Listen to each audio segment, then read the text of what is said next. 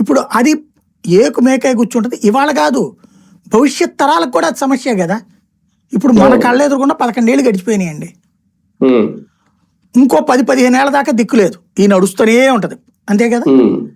అంటే ఓ 25 ఏళ్ల కుర్రోడు ఎంటర్ అనుకుంటే 50 ఏళ్ళకు కూడా ఆ ఊరు అట్టాగే ఉంటది. కొంచెం 4 బిల్డింగులు వస్తాయి, ఈ డబ్బులు కడతానే ఉంటాం.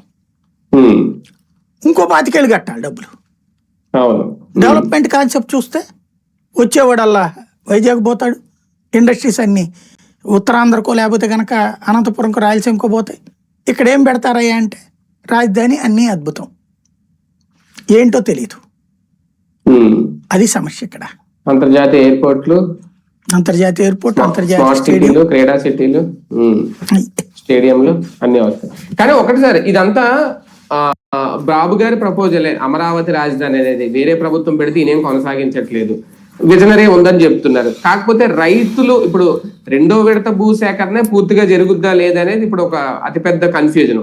ఇలాంటి టైంలో వాళ్ళకు ఒక క్లారిటీ, ఒక భరోసా ఇచ్చే ప్రయత్నంలో భాగంగా ఈ మాటల ఎంతవరకు వాళ్ళు సాటిస్ఫై అవుతారు? ఇక్కడ ఏం లేదండి, సింపుల్ గా జరిగేది ఏంటంటే ఓ 15-20 ఏళ్ల రాజకీయం మన బిడ్డ మన బిడ్డల బిడ్డ రాజకీయం దాకా సెట్ చేసుకుంటున్నారు, అంతే.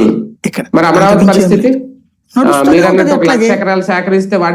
రేపు జగన్ వస్తాడు, వచ్చిన తర్వాత మళ్ళీ ఆయన ఇంకో ప్లాన్ చేసుకుంటాడు, రాజధాని ఇక్కడే ఉంటది. దేనికి కమిట్ అవ్వట్లేదు కదా సార్ జగన్. సింపుల్ అండి, అతను ఏం చెప్పాడు, విజయవాడ గుంటూరు మధ్య అన్నాడు. అతను కమిట్ అవుతుంది మొదటి నుంచి అక్కడే. క్రిందసారి అక్కడ రెడీ అయితేనే ఆ రామకృష్ణ టవర్స్ అది కొని తీసేసుకోవడానికి కూడా రెడీ అయితే వీళ్ళు దానికి గొడవ చేశారు. కాబట్టి ఇక్కడైతే ఎప్పుడు గొడవ ఉంటదని చెప్పేసి వైజాగ్ అన్నాడు షిఫ్టింగ్. ఈ ట్రిప్ వీళ్ళు లోపు చట్టబద్ధత తెస్తారు. నేను అనుకోవడం అయితే ఆ 29 గ్రామాల చట్టబద్ధత అయితే గనక శాంతం సంకనాకపోయినట్టు రాజధాని. ఆ 29 గ్రామాలకే పరిమితం అయితే అమరావతి అనే సంగతి మనం మర్చిపోవడమే, అంటే ఆంధ్రాని మర్చిపోవడమే. అమరావతి అంతవరకు ఉంటది. అది అంటే ఆంధ్రాకి రాజధాని ఎక్కడ ఉందంటే ఇంకా ఎక్కడ ఉందని 29 గ్రామాల్లో ఉందండి అని చెప్పుకోవాలన్నమాట. అదే తప్ప కార్యకలాపాలు అయితే కొనసాగవు, అక్కడ నడుస్తుంది. ఇక కార్యకలాపాలు నడుస్తూ ఉంటాయి.